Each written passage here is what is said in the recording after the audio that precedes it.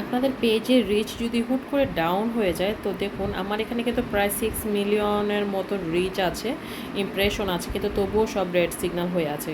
ঠিক আছে, তো এটা কেন, ওটা কারণ খুঁজতে গিয়ে দেখতে পেলাম যে আমার প্রোফাইল রিকমেন্ডেশন আপনারা সবসময় চেক করবেন। পেজ রিকমেন্ডেশন অথবা প্রোফাইল রিকমেন্ডেশনে গিয়ে দেখতে পাবেন যে আপনাদের পেজটা কেন রিচ হয়েছে, এটা অবশ্যই এই জায়গাতে পেয়ে যাবেন। ঠিক আছে, তো এখানে দেখুন আমার এখানে আগে একটা সমস্যা ছিল, যে একটা কন্টেন্টের সমস্যা ছিল, এটার কারণে পেজ রিচ প্লাস নতুন আরেকটা ইস্যু এসেছে, এই যে ফ্ল্যাগ কন্টেন্ট। দেখেন ফ্ল্যাগ কন্টেন্ট আপনারা অবশ্যই সবাই চেক করবেন যে নিয়মিত আপনাদের কোনো পোস্ট ফ্ল্যাগ কন্টেন্ট এসেছে কি না।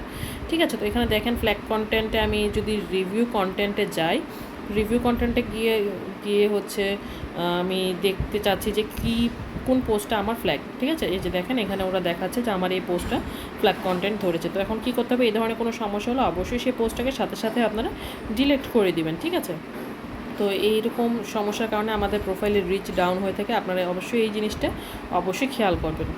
আর কারো পেজে যদি রেস্ট্রিকশন থাকে, এই ধরনের সমস্যা বারবার হলে কিন্তু পলিসি ইস্যু চলে আসবে এবং আপনার মনিটাইজেশনটা রেস্ট্রিক্টেড হয়ে যাবে, যেমনটা আমার এই পেজে হয়েছে। ওকে, এই যে পেজে প্রোফাইলে ইস্যু আছে, সবাই অবশ্যই নিয়ম মেনে কাজ করবেন যেন কোনো ধরনের সমস্যা না হয়। ধন্যবাদ সবাই।